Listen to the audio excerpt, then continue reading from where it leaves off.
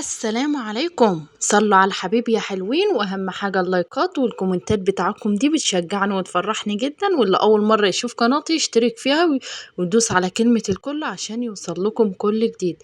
النهاردة بقى هنعمل فيديو سهل وبسيط، وحاجة بمكونين اتنين بس، بشوية مية ودقيق هنعمل احلى قراقيش بالجمال اللي انتوا شايفينه والحلاوة دي، وفي صينية واحدة.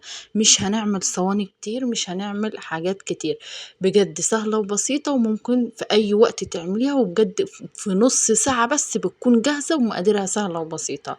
طبعا هنا أنا ما كانش عندي خميرة فورية، كان موجود عندي الخميرة البيرة. تمام، مش مشكلة، عادية خالص. حطينا نص مية ونص كوباية مية وعليها معلقة خميرة بيرة.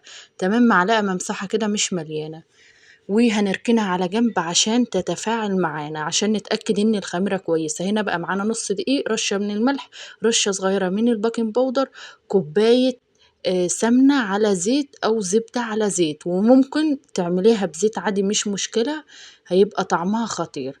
هنا بقى الدقيق معانا 3 كوبايات ونص بمقدار نص كيلو دقيق. تمام، هنا نزلنا بالخميرة بعد ما تتفاعلت معانا كويس جدا، وعرفنا ان هي كده شغالة معانا عشان ما تبوظش الحاجة بتاعتنا. تمام، وهنقلبها كويس جدا.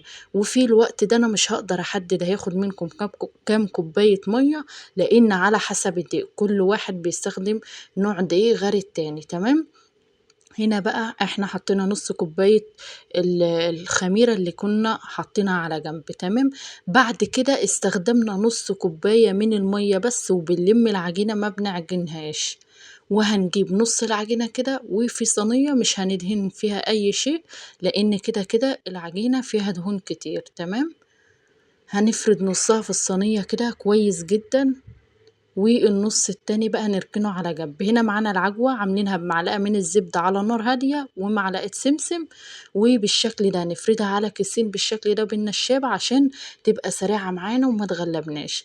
هنحطها في النص كده يا ست الكل، وهنفردها كويس جدا، مفيش اسهل وابسط من كده. هنجيب بقية العجينة التانية زي ما انتم ما شايفين بالشكل ده كده، وهنفردها برضو عشان ما تغلبناش، ولازم يبقى كيس تحت وفوق علشان نشيلها كده وما تتقطعش مننا ولا اي حاجة. هنفردها كويس جدا زي ما انتم ما شايفين، وممكن تشيل العجوة دي منها، ما تحطيش عجوة عادي، عايزاها سادة مش مشكلة. عايزة تضيفي على ال نص كوباية لبن بدل المية عادي مش مشكلة. تمام، السمسم بقى هنا نسينا نحطها، حطيناه وفردناه بالكيس على وضغطنا عليه كده عشان يمسك في الوش، ونخرطها بالشكل ده كده زي ما انتم ما شايفين. وهنسيبها لمدة 10 دقايق تختمر. وبعد كده أهم حاجة في كل مخبوزات تعمليها أو أي كيكات، تسخني الفرن كويس لمدة 10 دقايق. وهنا بقى بعد ما الطروف اصفرت كده، هنتأكد كده خدت لون من تحت، هنشغل على الشواية من